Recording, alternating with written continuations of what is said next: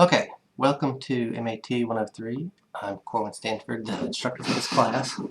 I know it's been a kind of a slow start to the semester, but hopefully we can make up for that. So I'm going to, I guess, talk everything, all the basic intro stuff we're going to go through today, kind of my philosophy behind this teaching in general and in this class in particular. I'll kind of lay out how Blackboard is going to work for you. I guess where to start. I've been teaching here at USM since 2009. Right now I'm the intro director of our math zone, which is our algebra program. Our intro classes run through here. And I was promoted from the coordinator last spring, and they never hired a new coordinator, so I'm still doing that job and this one. So that's why we're kind of off to a slow start. We shouldn't have. I want to say we're not going to have any more big lags like that this semester. But if so, just like this time, just please be patient, and I'm not going to require you to do something and spring it on you at the last minute. I know some instructors do that, but that's not really my style. About this class in general, trig is first off, if you got our textbook, it's pretty small. It's pretty thin compared to, say, any other textbook. I'm going to take up. This is one of the other courses we teach here, Math 100, compared to trig. You see the trig book is about half as big, and we don't even cover all that. So content-wise, I don't know that there's a whole lot to trig. I've been kind of just using the department structure for this course, but this semester I'm really trying to edit that down to just the essentials, because I don't want to particularly waste your time. It's kind of, I know it's frustrating learning stuff and saying, well, why do I have to do this? So we're going to try to keep it down to the bare essentials. I want to go through the kind of right triangle structure that's really the heart of trig, and then from that we're going to solve a bunch of right triangles. And then we're going to talk about an abstraction of that concept using the coordinate plane, the Cartesian coordinate system,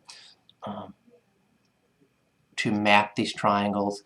And from that we get graphs of these trig functions, which are hugely useful in all kinds of applications, both mathematically and in industry. These trig functions get used a lot for various reasons, to model a lot of complex systems, things that have to get solved using calculus techniques or differential equations. Typically, in reality, you end up using trig functions a lot for that. A lot of our approximation techniques for engineering use things like the Taylor series expansion, which is it's a method of approximating using trig functions. So hopefully we'll do some stuff on that. Don't worry, don't get scared because it's not. I'm not gonna like hold you to it. I just want to kind of show you where this stuff goes, what it's useful for. What else? And then we're going to spend some time. I want to spend a decent amount of time on vectors because they're pretty easy. There's not a lot to them, but they're kind of fun. They're really easy to see graphically, and they're really useful again in all kinds of physics and engineering classes. Okay. So that said, let's jump into the syllabus and see what's going on. Actually, the way we're going to get to this, I'm going to take you through the Blackboard setup so you can see how you can get to it if you haven't already. Okay, let's see. Spring 2016. You may have already downloaded this, but I actually just uploaded the correct new copy, so I'll turn this to edit mode off so I should see it just the way you do. So this thing takes you to, I'm not even sure what section this takes us to, the home page. I don't know, it's kind of a mess of stuff there. Let's see, I would click on the course content home. Is that where we are? No, there we go. So here's the content home. You've got my info, I guess. Get started, click here to meet your instructor. Let's see what this is. That's a little bit about me. General info. Okay, so this is kind of a breakdown of how I set up Blackboard. I haven't looked at this stuff since I made this course shell. But this is just a description of all these tabs and what they're for. But I'll walk you through this stuff. The course home just contains these links. The getting started, that's where we just were, has my bio, this guide, a message from the ODA, a message from the Dean of Students. That's exciting. The main things we're going to look at are the syllabus and other course documents and the coursework, because that's where we're going to spend our time. And also these how-to guides. If you get stuck on anything or if you're having trouble getting into my math lab, I've got guides for everything over here. Okay, so let's jump into the syllabus though first. So I've got these attachments and I just uploaded the new ones. So at about 2 p.m. today, Central Time, on the 28th. Okay, the schedule is not there. I can tell you generally, because I edited it a lot. Originally I had 6 tests and we just covered a slew of, I don't want to say unimportant information, but just some information that's not critical. Let's put it that way. And so as I'm going through and slashing things out and kind of adding new stuff, the schedule's been changing a little bit. I hope to get that completed in the next few weeks. I should get your test schedule pretty shortly. The idea is to have 3 tests, and they'll be spread out kind of evenly throughout the semester. I'll get you those test dates right away as soon as I can, and then I'll see about getting a schedule for all the other assignments, the homeworks and stuff. General idea, we'll have 2 sections of material, 2 to 3 sections of material we cover each week. I'll post a video like this, and I'll post all the notes and things on Wednesdays, hopefully before 5. I had to lock my door here and shut all the window shades so I could get some time to do this. If I'm able to do that, it'll be before 5. If not, I'm going to have to do it after 5 when I get home. Okay, test information, that's just kind of a summary of the test schedule again, and that's going to be the document I get to you pretty quickly. And then again, how to take these things and what have you. Proctoring information, if you can take your test, if you're located locally, you know, by Hattiesburg or Gulf Coast, you can take your test with one of our facilities, either with me in my lab here, or I've got some friends out on the coast that will let you sit an exam there for free. Otherwise, you're going to have to find a proctor, and this link here walks you through how to do that. So any testing you do outside of USM, you're going to have to talk to them. I don't have anything to do with it. I just give them the list of dates, and they deal with it all. So, because there are a lot of you. Okay. So how-to guides, I'll briefly pull this up. I think this is where it took us to. Yeah, this is where it took us to when we first signed in. I don't know why it's showing this page first, but the big one, how to get started in my math lab. You don't need a course ID. All you do is you follow these instructions. You have to have an email address, you're going to have an access code, or you can buy it directly from these guys. I think they give us the option. So while you do it, there is a Moodle. What? Oh, Blackboard. There you go. We've got a Pearson Tools link.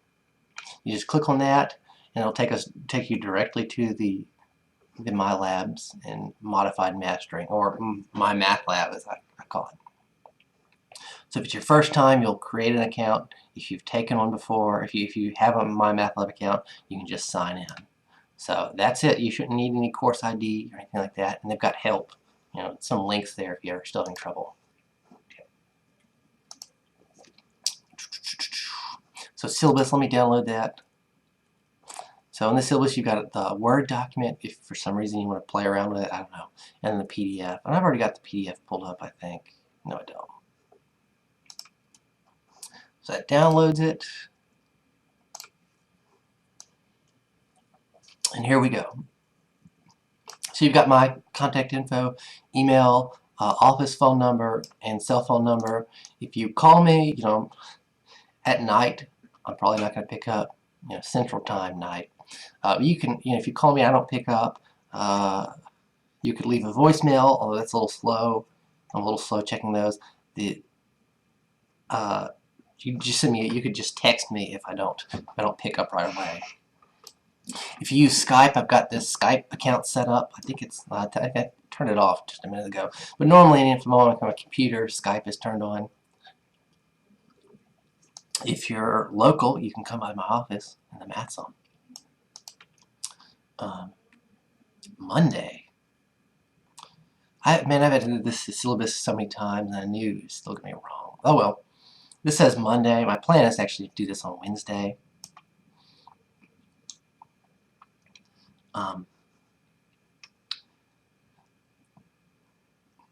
Yeah. So we'll see how that goes. Office hours. I'm pretty much in here 9 to 5 Central Time. I've got another class. I've got a lot of meetings this semester. Like I said, you can always call my phone and get a hold of me that way. Prerequisites, the ACT, a 24 or higher. Excuse me. Or you took an algebra class and got a C or higher. Okay, this is intended for people who are enrolled in one of our online degree programs. I try to tailor it to kind of the engineering field because that's primarily who takes this. If somehow you got it and you're not in an online program, just be aware that it's kind of tailored towards them, those programs. Instructional strategies. So I'll go through this. We've got the coursework. I'll go through that in a second on Blackboard. But we've got these modules in Blackboard. I'm going to go ahead and do this. So we click on coursework over here on the left.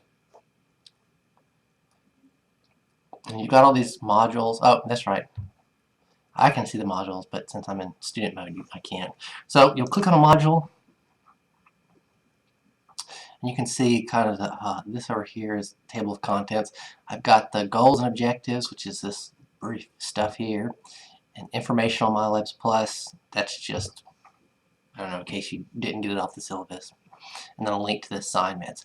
Once this is done, once this video is done, I'm going to also add the notes in here and the video. Those will get uploaded. Okay, so like for this week, for example, you'll have a list of the assignments under the goals and objectives. This is some info on MyLabs Plus, or MyMathLab. And then finally a link to the assignment. So that takes me right to it because I've already set up my account. Okay, and so there are the assignments. Past due. Oh no. I swear I fixed that. Okay. The other ones are good. I'll need to change that one. You see, I set these for the 3rd, which is next Wednesday. Yeah, I gave you. Normally our assignments will be posted on Wednesday and they'll be due the following Tuesday, but I'm behind, so I gave you an extra day. But our next meeting, I'll post this, or excuse me, the next video, the next set of assignments will be posted next Wednesday. Okay. So back to the syllabus. So yeah, it'll have the kind of the summary. It'll have this video. It'll have the notes I use in the video, and it'll have a link to your weekly assignments. Course communication. I don't use the, well, I guess this is the kind of breakdown. I've always used this Blackboard Collaborate Classroom. I'm trying not to use it this semester because as bad as this video and audio are not syncing up right now, Blackboard was way worse, the Collaborate Classroom. So I'm trying out this new one. If it doesn't work, I guess I'm going to have to go back to that. Okay. I do send out emails to your USM email account, so make sure you check that. If you need to contact me, again, there's my contact stuff. Again, best way to reach me is by phone. Second best way is to text me. We're not going to use this Blackboard internal email system. I think I took off all the links so you can't even use them. Yes, that's all gone. Okay. So just if you absolutely have to email me, just type it out in your normal email client. But again, email, you probably noticed, is a little slow. I've got, I want to say, 800 students out here this semester, and 2 full-time instructors, and 5 graduate students, and then another 7 tutors. They all email me all the time. So I'll get to your emails eventually. It'll just take a minute. So here's your textbook information. If you get this first one, the bundle, that comes with the MyMathLab Student Access Kit, so you don't need to buy the kit separately. You can also do it the other way around. You could just buy the access code. If you don't care about having a paper copy of the book, you can just buy that code, and it gives you access to a digital copy of the text anyway. And finally, calculators. Any simple scientific calculator, no graphing calculators, and I recommend the TI-30XS Multiview. I actually have I used to have, let me see if it's still on here, Multiview. Yeah, there we go. I downloaded an emulator for this. It's probably outdated now. I mean, my trial probably ran out. I'll at least show you this thing.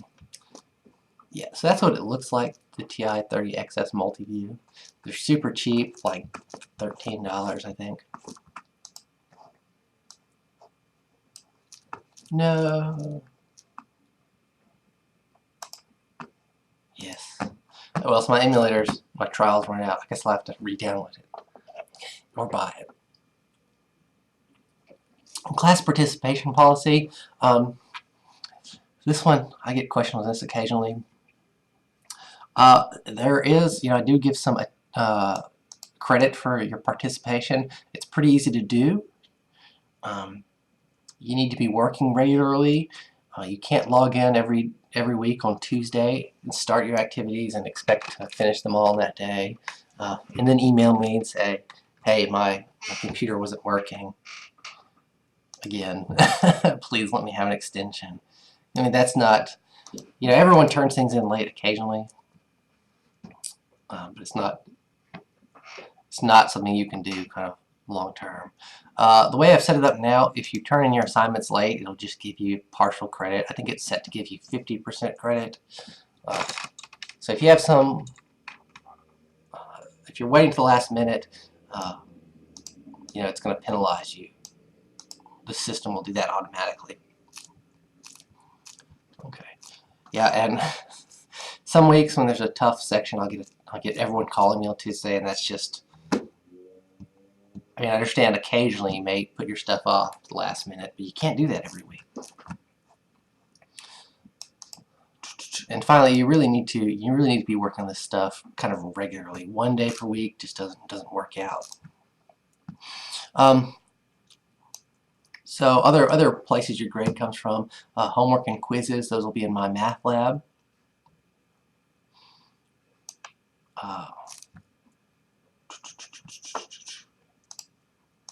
Tests, there are going to be these 3 proctored tests. Oh, see, I had another typo there. There are 3 tests total. So 2 of them are going to be normal tests, and then they're going to have that final exam. So this looks like, the way I've got it spelled out, it looks like there's going to be 4, but there's absolutely not. There's going to be 3 tests in total. Okay. And participation, again, I kind of mentioned this. Part of it is just doing your stuff on time. As long as you're doing your stuff, getting business taken care of, this is basically free credit. If you're always turning things in late, or you're calling me the night before, giving me some excuse, that's really when you'll get a penalty here. So I've got these videos set up to track views, so that's part of your participation credit. I've got this video and text assignment for each section. That's also part of your participation. Now, the way this works, I'll show it to you in a second. In fact, I'll show it to you now. Here it is. Here's this first one. So what I've done here, this little icon here that shows us the textbook, and these other ones are all videos. So I've got this set up. So if there's something that you want to learn more about, you can. Okay. Personally, I'm more of a textbook guy when it comes to taking a class for whatever reason. That's why I included that. Now, to get credit, in order to get counted in the system, you have to actually click on this. Okay, so I just opened it, and it gave me a little check mark. That means I got credit for this. So I got 1 point. The real reason I can include this is just so you have access to it.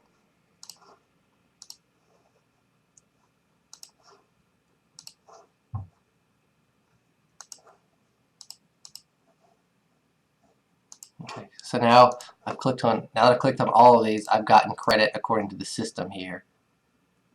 So I've got 100% now. I scored all 8 points. Now I'm not planning on holding this against you. Excuse me, let me back that up. This shows me how long you spend on this assignment. I can go to my gradebook and see that. I'm not planning on holding it against you if you just click through them like that. But when you come to me at the end of the semester and you're begging me for credit, I go back and look through and I see that you didn't do that at all. You didn't spend an adequate amount of time on these. Well, that's when I'm gonna have a hard time justifying giving you any kind of extension or any kind of extra credit if you haven't been doing this kind of bare minimum stuff. But I don't really police that very heavily. As long as you click those, I mean, it shows them in your grade book. You should get credit for it. Okay.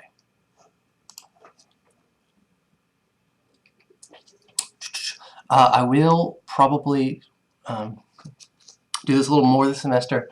The students I talk to on the phone tend to do much better. So if I see you're not doing great and you're not contacting me and asking questions, I'm going to contact you, and we'll talk about it. We can talk about your performance or just chat in general. So that may be a way of gathering some more of this participation credit. And finally, again, it hasn't come to this very often, but I may ask you to show me, demonstrate to me you're working. But I'm not a huge stickler for this. This is just another option for earning some credit. Okay. If we have any projects or anything, I'll put that'll also be included as part of this section. So here's the grade breakdown. Most of your work comes from your test, 50%, and the final, 20%, and then another 20 from that homework and quiz. Okay. And the 10%, again, from watching your videos and whatever else we come up with. Okay, there's the same information about proctoring repeated again. There's kind of the breakdown about late assignments. Again, you can do those homeworks for half credit. If you've got some kind of documentation, you can actually just email me a copy of that, or send me that information. I can work with you. And all this stuff's pretty typical. You've got the academic honesty statement, the Americans with Disabilities Act policy, along with the contact information for Susie Haybear. She's the director of our Office of Disability Accommodations, who can help you with anything you need. Okay. And finally, a list of technology requirements for this course. And this was just given to me by the LEC. I mean, it seems pretty. They're the people who kind of help set up our online courses. I mean, it should be pretty standard stuff. Okay. So that's the general breakdown. I'm trying to think if there's anything else I want to talk about. I'm sure I'll think of it, but I'm going to make a second video later where I talk about the actual content of this course. I'll upload these notes for us to go over. But I'm going to go ahead and close